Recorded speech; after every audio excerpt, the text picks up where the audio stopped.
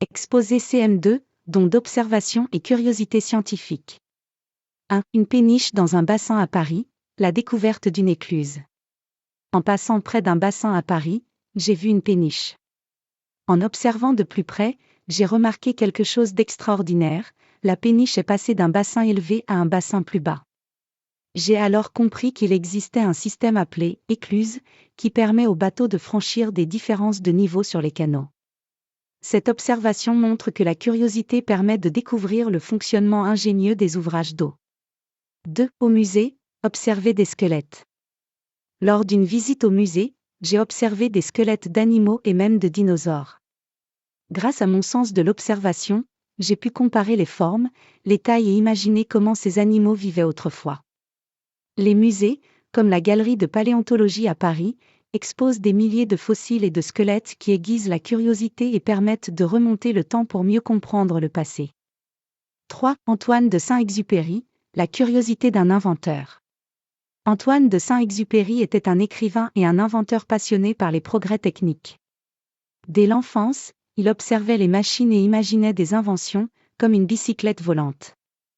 Sa curiosité scientifique l'a poussé à déposer des brevets et à s'intéresser à l'aviation, montrant que l'observation et l'imagination peuvent mener à de grandes découvertes. 4. Le microscope, observer une goutte d'eau. Grâce au microscope, j'ai pu observer une simple goutte d'eau. Ce que je croyais être juste de l'eau cachait en réalité un monde vivant, des micro-organismes, des cellules, parfois même des petites bêtes invisibles à l'œil nu. Le microscope est un outil qui révèle l'invisible et montre l'importance de la curiosité scientifique pour explorer ce que nos yeux ne peuvent pas voir. 5.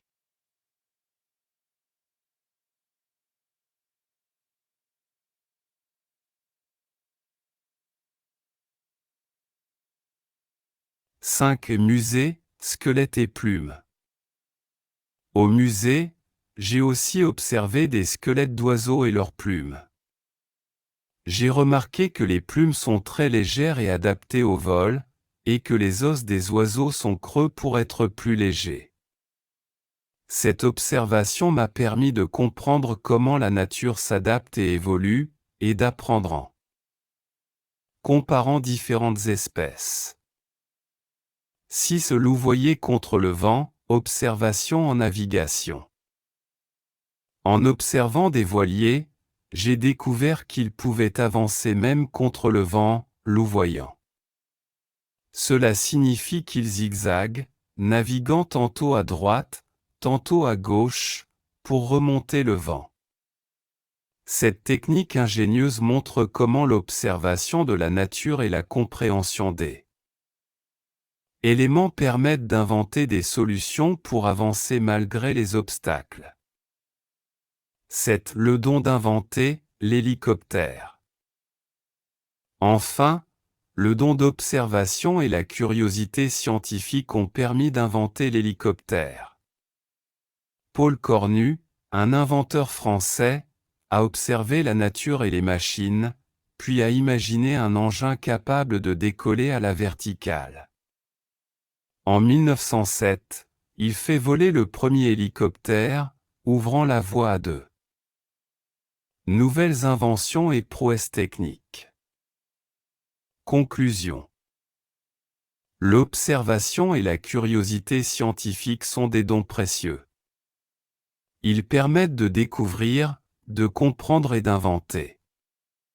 Que ce soit en regardant une péniche passer une écluse, en observant une goutte d'eau au microscope, en visitant un musée ou en s'inspirant d'inventeurs comme Saint-Exupéry ou Paul Cornu, chaque découverte commence par une question et un regard attentif sur le monde.